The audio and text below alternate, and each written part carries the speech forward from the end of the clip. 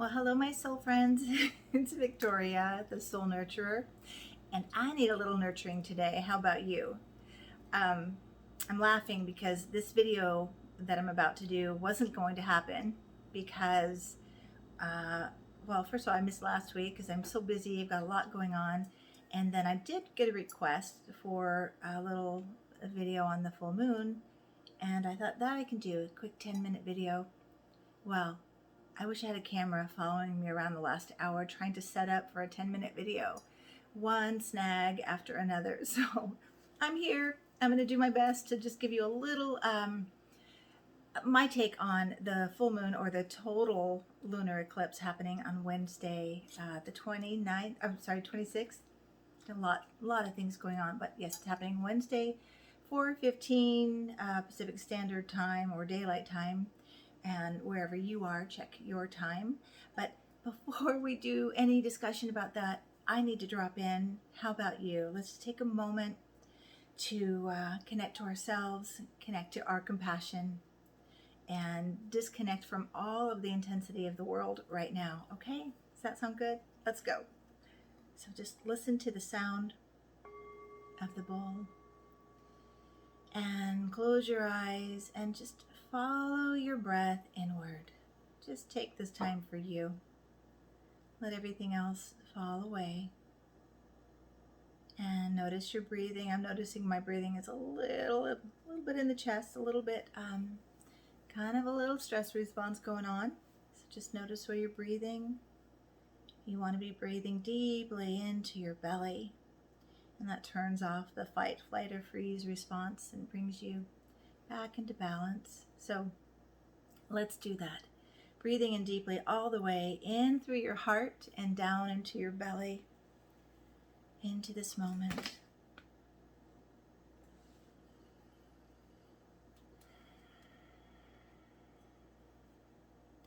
And bringing your awareness to your heart. I know I said breathe in through your heart to your belly, and some of you are probably thinking, what does that mean? For me, it means making contact with your own compassion, your own love and acceptance. So just imagine just breathing there and generating what you need. For me, yeah, I need a little acceptance today, maybe a little compassion. And it's also helpful to breathe in with a thought that is supportive, a phrase, a verse, a quote, something that just lets you calm and drop in a little deeper. For me, I love to say, all is well, all will be well. A quote from Julian of Norwich, a Christian mystic. Just breathing in and exhaling. There, yeah, exhaling some of that swirling energy in there. I hope that helped you. It helped me a little bit. So, are you feeling any intensity yet?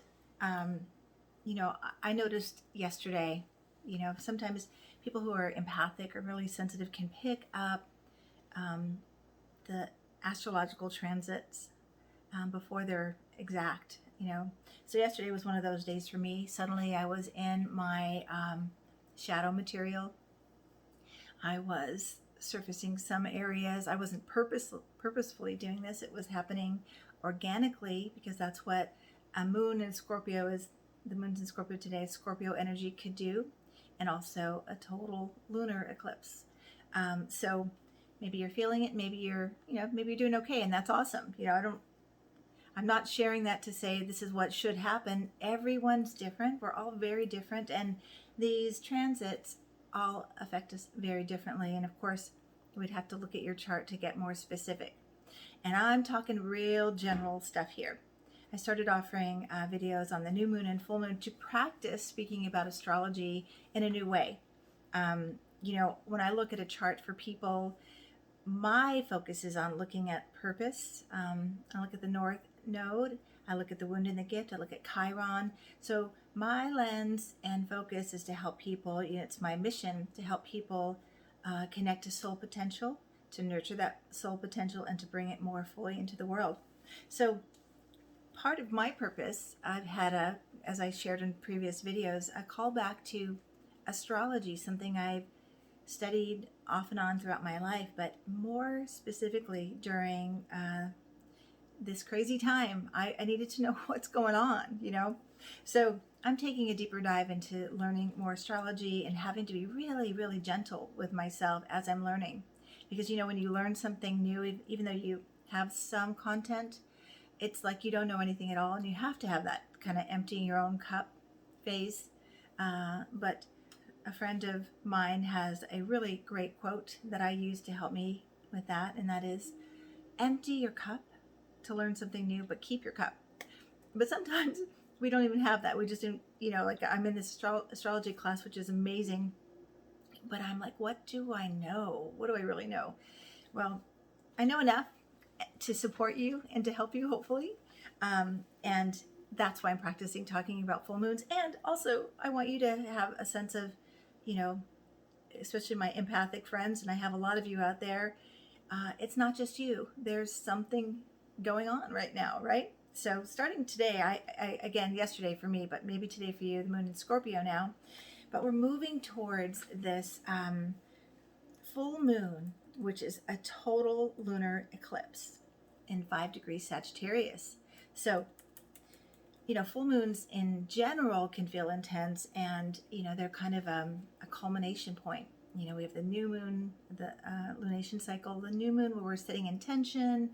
What do we want to cultivate? What do we intend to grow and experience coming up, right? And then the full moon kind of brings it to fruition. And typically a full moon is, you know, this bright, beautiful, illuminated object in the celestial sky. And we love them, right? But a total lunar eclipse is very different. So this is when I'm looking at my notes and my computer is not working. Of course, I can't. Do I need to ring my meditation bowl again? Yeah. So eclipses can be really intense, and I think it's a really powerful time, especially with this lead in with Scorpio moving us towards this eclipse. I think of eclipses as a time for shadow work in particular. Why? Because the Earth is blocking the sun's light from illuminating the moon, right? And so it's kind of shadowy. We're not seeing the fullness of the moon, just as we are sometimes often and most often not seeing the fullness of our being, because we have some of our essence in shadow, right? So this is it's a really opportune time to do some shadow work. And I've done previous videos on shadow work, I think a year or so ago. And just if you want to go through past videos, or just Google other people and learn about it, or reach out to me and I'll be happy to share what I know and what I've trained with. But this particular moon is also a super moon. What is a super moon? A super moon is closer to the Earth. It's going to appear larger and brighter. Well, not brighter, but larger in the sky. Well, it will. So the eclipse happens in the morning. So if you want to get up first thing in the morning and go out, you can look at this lunar eclipse. And it's also called a blood moon. Does anyone know why it's called that? It's not as gory or horrific as it sounds. It's just, again, that the Earth is in between the moon and the sun. And so the light, it's a shadow, but some of the light is coming out around the edges, and it can appear red. So that's kind of cool, and kind of a cool thing to see. And you can look at this with your naked eye. And so that's why it's called a blood moon. And this particular moon is also called the flower moon, or a flower moon. That one, I will put in the details why it's called that, but maybe you can guess and comment before you look at the details. So here we are with this full moon, which is really, it's an opposition. So it occurs when the sun, which happens to be in Gemini, forms an opposition to the moon, which is in Sagittarius. So when we think about an opposition with full moons, I think about these two very different energies kind of needing to balance them both. This moon in Sagittarius, though, in an eclipse, like looking at the shadowy side of it, this is my take on it. Again, I work with astrology with intuition and what does it feel like for me, and trusting that intuition may help someone out there. So Sagittarius, I think about Sagittarius energy as, well, the adventurer, and it's all about philosophy and what we believe. Okay, so I believe I have a lot of Sagittarius in my chart, that we may see a couple of things, and of course I'm always hopeful for the healing aspect, but we may see this very divided place that we're in right now feel even more intensely divided, as people are just really holding on to what they believe to be true and right. Okay, Sagittarius, very righteous. Or there may be some waking up awareness about, why do I believe this? And this is what I hope. Why am I so rigid about this belief? And how do I know this to be true? Even though it's an eclipse, we're still going to utilize the fullness, the culmination of the moon for the highest possibilities. So it is a good time to check, what do you believe? To take an adventure in your own mind. Sagittarius loves to travel. Go travel in your mind through your beliefs. Question them. Is this belief true? How do I know it to be true? Who told me? Where did I see it? Did I see one news resource and a reference and that was it? Did I think about gathering information, and this can work with Sagittarius too, because Sagittarius is the wanderer. Wander around to check out your beliefs. I just keep having this image of the bumblebee, like going from flower to flower to flower and gathering what it needs, but also pollinating new possibilities. So I'm going to go with that. That's what this full moon, this lunar eclipse feels like to me. We may feel some intensity because it's an invitation to meet that edge and say, what's beyond this limitation, both individually and collectively. I think of the full moon and a lunar eclipse, my goodness, intensity, inviting us beyond the shadowy areas back into, the fullness of our potential and possibilities, and for the collective. So I think it's a very good time to question those beliefs. Let's see what else I have here. I went too far. Now, this is the day, so bear with me. I started and stopped this video 3 times. I don't usually do that. I'm a one-take gal. So there's some fun energy going on right now, right? Okay, so I talked about the flower moon. Tell me what you think that is. And that it's a supermoon closer to the Earth. And also, I should mention, this is not about the full moon, but it's about the celestial weather right now. Saturn went retrograde yesterday. I think that's what was really affecting me. Saturn is in my first house in Aquarius. And so I have to go review some of the material I've been working on regarding Saturn, looking at being responsible in the areas, reviewing, making sure I've learned certain lessons before proceeding. That's all about Saturn. Mercury is going retrograde on the 29th. So, some fun times, right? Not to be, I'm sort of being playful with this. It can feel intense, but I like to say you can always bring joy even though you're experiencing challenges. Both can exist.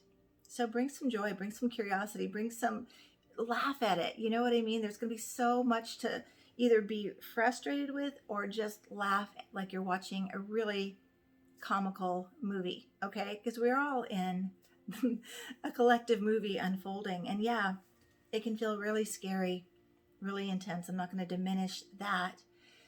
But we could also shift our perspective with, is this helping or hurting? Am I contributing or contaminating? If I allow myself to stay in a frustrated, intense place because that's what the energy feels like, I'm not contributing. I'm adding to more of the intensity.